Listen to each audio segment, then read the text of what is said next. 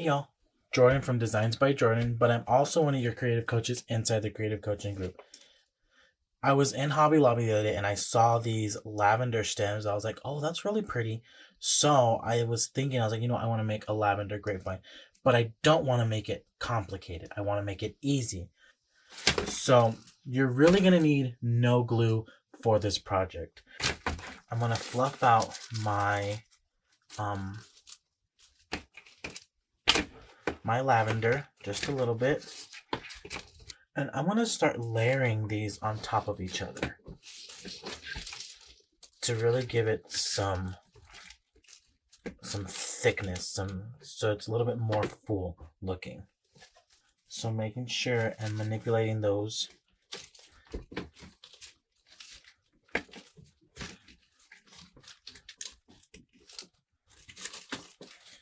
And now we've got our nice little lavender bundle.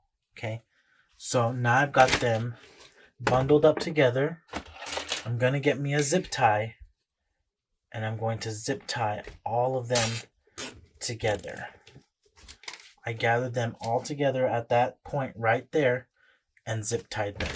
I want to come down about another 2 inches and zip tie them together as well. So we've got a nice big bundle of lavender. I'm going to cut that zip tie. Now I'm also going to come down about another 2 inches from that last zip tie.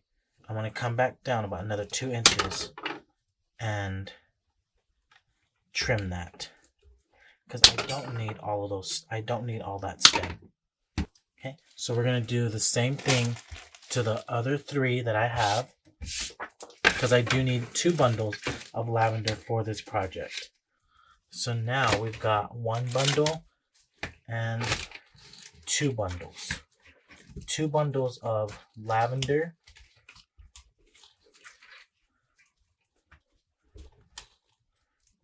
So we're going to zip tie that all together. I'm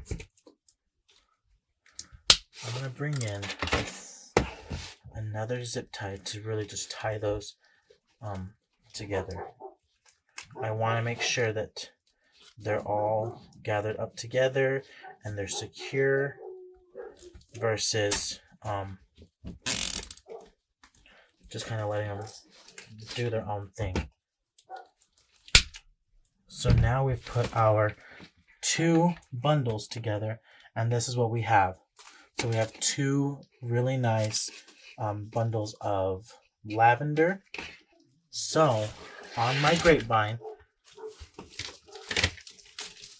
I'm just going to take some of those and we're going to bend that.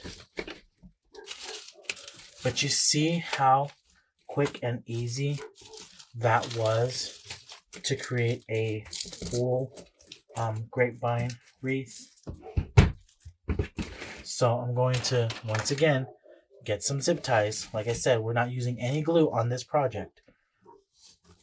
And we're going ahead and we're going to zip tie them to this wreath, to this grapevine wreath. So really just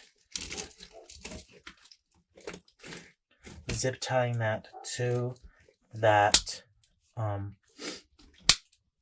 grapevine, and you'll see how this looks just like that. Look how pretty that looks, even though it doesn't have a bow yet, but look how pretty that lavender looks. And all that took was 6 stems of lavender. So next, I want to make our bow because we need something to cover up all those zip ties. So what I want to do is make a tail, which I want to make it a little bit proportionate to my wreath. So, because I want this hanging down. So kind of just eyeballing it. Okay. And then we're just going to start running our ribbon together to create that pinch. So we're only going to make about 4 loops for this bow.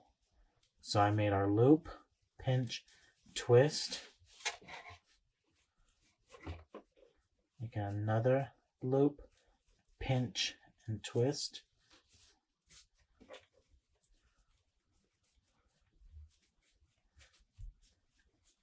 Get another loop, pinch, and twist. Actually, I think we're going to go ahead and do 6 loops. And another loop, pinch, and twist.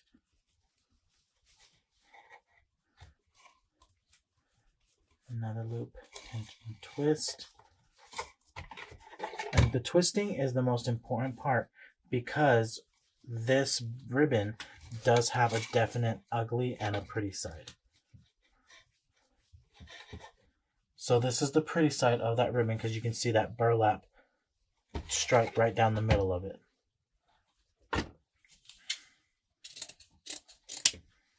Okay. So like I said, your pinch and your twist are really important for this ribbon. Once again, getting a zip tie because I'm going to zip tie this bow completely together.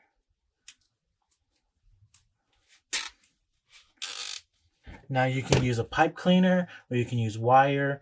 I'm using a garland tie, so I'm just going to use that.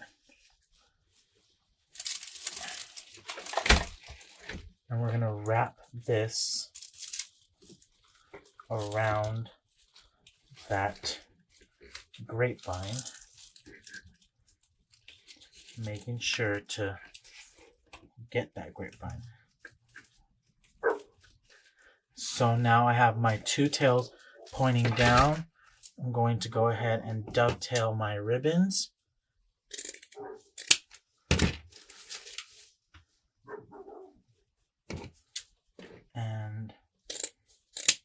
And look how pretty this came out. So just manipulating all of that lavender to kind of just really offer some movement. But that's our wreath, y'all.